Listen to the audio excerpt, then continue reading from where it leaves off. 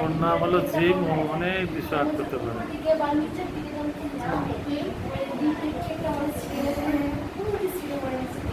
আর পাশে আছে একটা পুচকি, কত সুন্দর আর্ট করে। ওদিকে আছে কি আর্ট করতেছে, মিষ্টি কুমড়া মনে হয় আর্ট করতেছে। হ্যাঁ, মিষ্টি কুমড়া।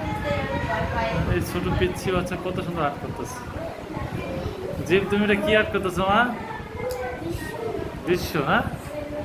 হাতটা সরাও তো, বাম হাতটা। হ্যাঁ, অনেক সুন্দর হয়েছে তো।